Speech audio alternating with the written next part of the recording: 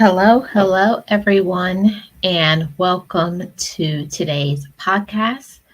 This is part three in the series of telling my story. This is, episode 4. And today we're going to be talking about what is too much when it comes to discipline. What is too much discipline? So, of course, anyone who is new to the channel, I would love for you to subscribe to this channel and turn on your notifications so you won't miss when I go live on this podcast channel or the live show. So, today on this podcast, we're going to be getting into talking about discipline. I think it's very important to speak on this topic of discipline when it comes to the parent and child relationship. So, when I was growing up, coming from a Caribbean family,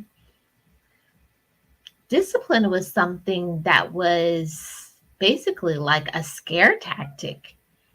I wouldn't even say discipline from my childhood was brought about by it's something to threaten you to shape up, to do right, or if they're upset with you as a way of going against a child. So my question to anybody who is watching on the replay or even who is here in the chat, what is too much when it comes to discipline? There's all different kinds of discipline.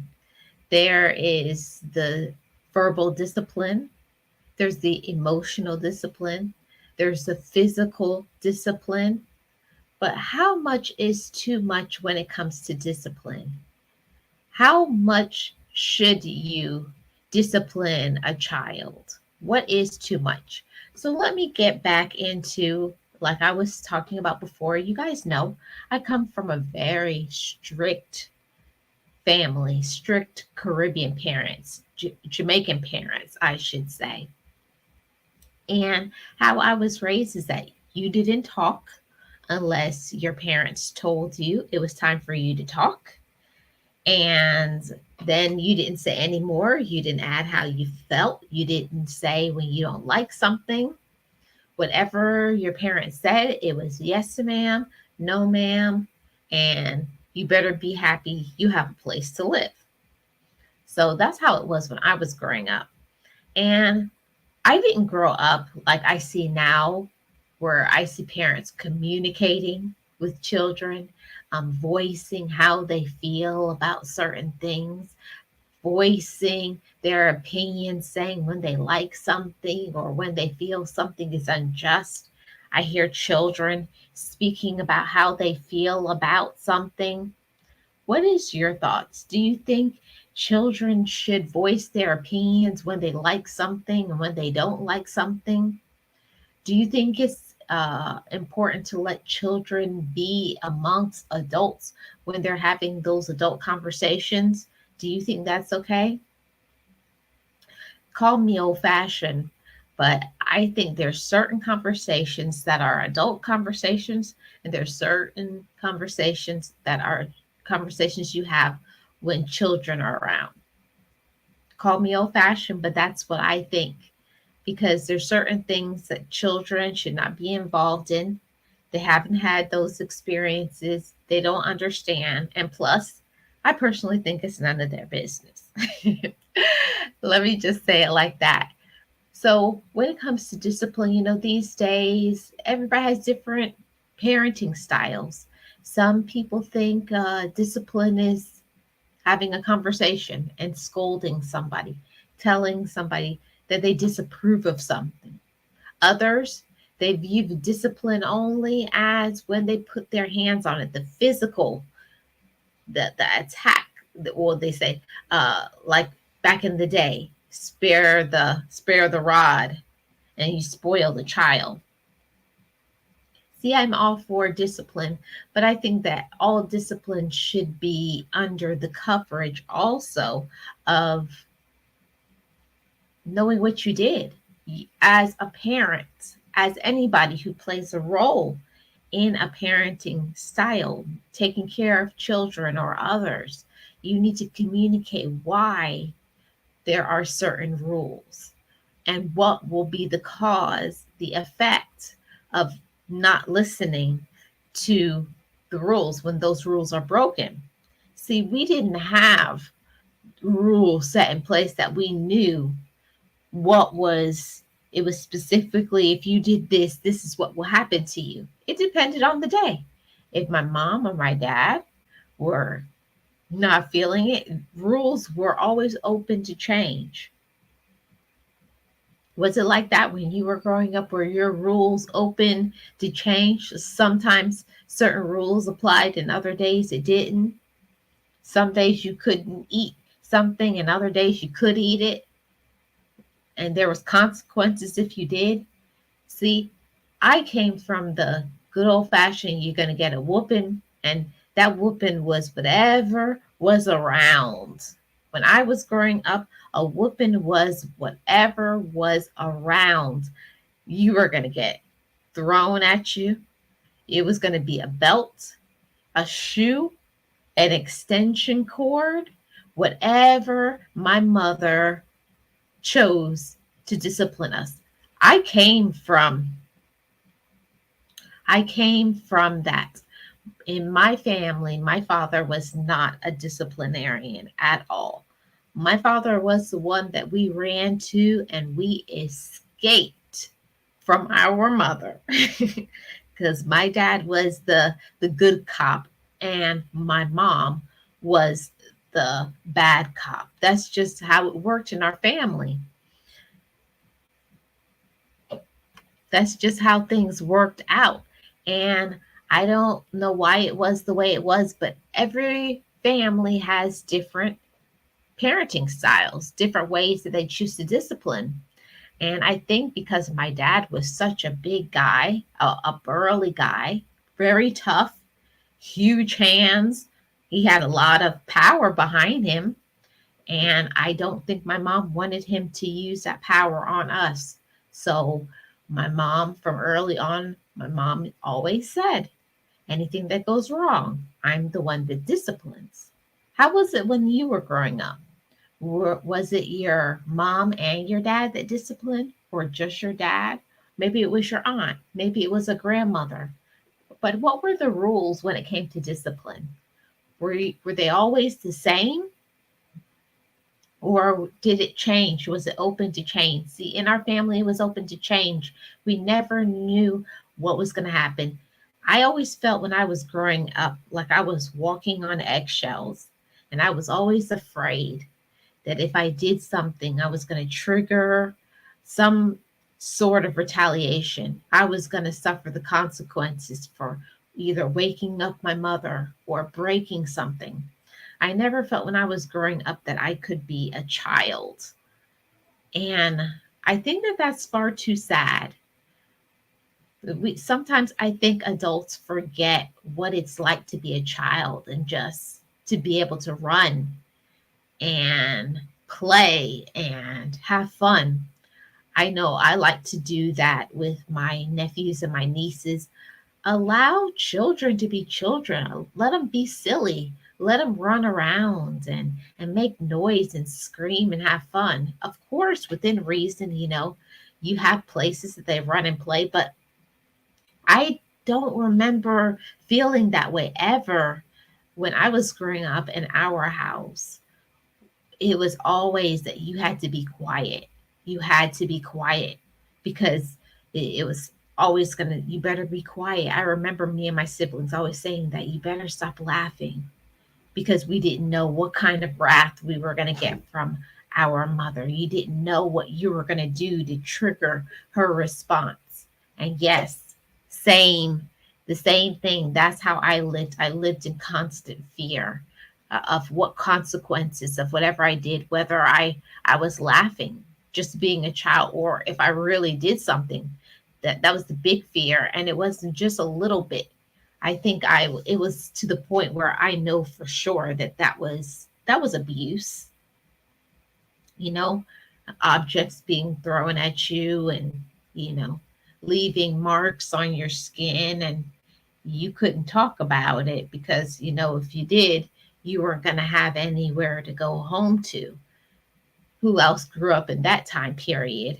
It was for me, growing up in the 80s, things were just different then. We didn't feel that we could go and we could talk about how we felt. There weren't things like there are now that you felt like you could be open to say how you feel, to voice how you feel without feeling afraid, without feeling scared. And I don't think you should feel scared to talk about how you feel. You shouldn't feel scared. It shouldn't be that way. You should always feel like you could say what you want to say. It should always be that way. You should always feel like you can say what you want to say. But it's not that way for so many children. And I just wanted to do this topic so that I could reassure another person, someone who is going through something in their life. Maybe you're listening to this and you're a child and you're in fear. You know, always have somebody that you can talk to. Always have somebody that you can talk to. And for those of you who are believers, never discount God. You can always talk to God. I wish I knew that when I was a child. I didn't think.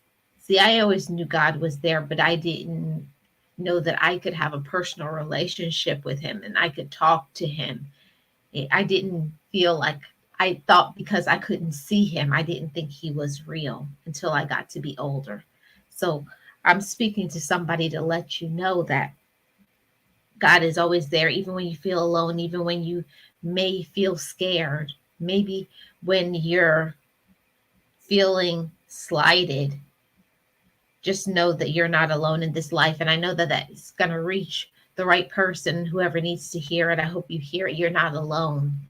I spent so many days of my life in my childhood afraid, crying, felt lonely, disheartened. I felt broken. I felt nobody cared about me.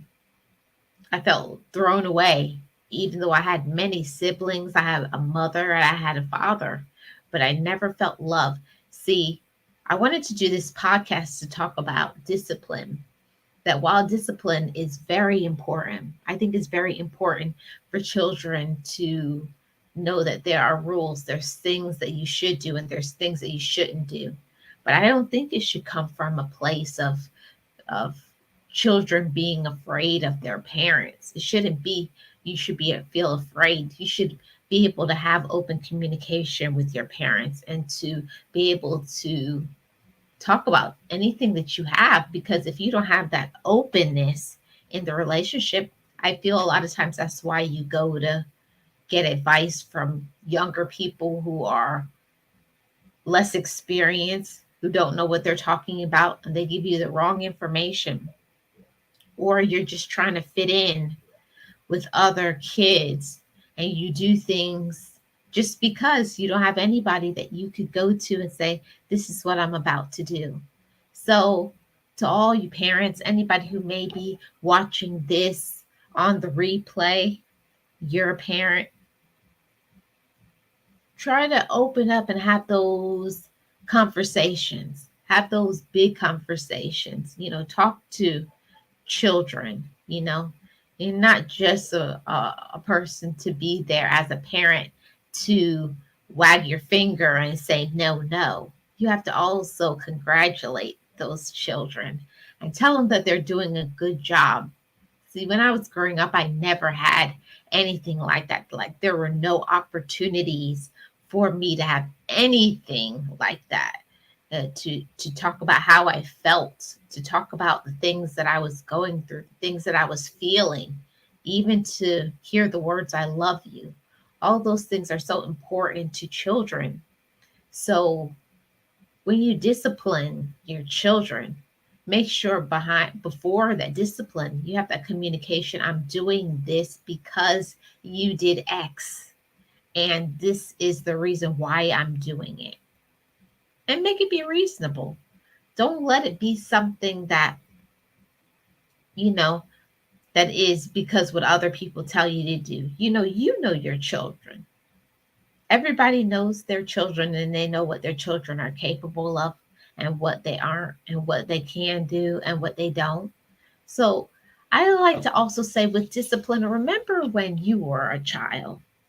I remember going back, now being an adult, going back in my childhood, I can say that I never felt that my life mattered to my parents. And that comes from a very painful, even to speak those words, but that's how I felt. So when you're disciplining children, do they know why you're disciplining them?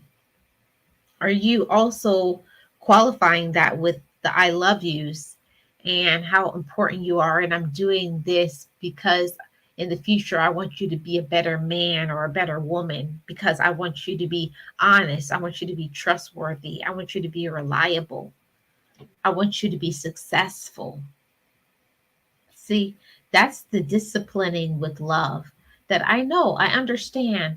A lot of us did not get any of those things. So those are some of the things that I think that you have to learn. You have to step into. You have to learn how to do that. You have to learn how to be that type of person. You have to mature, and it's okay.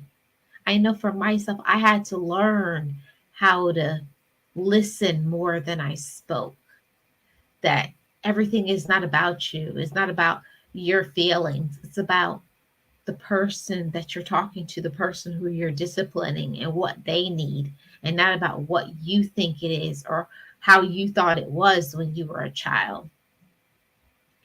And I know a lot of times that you operate from your realm of experience.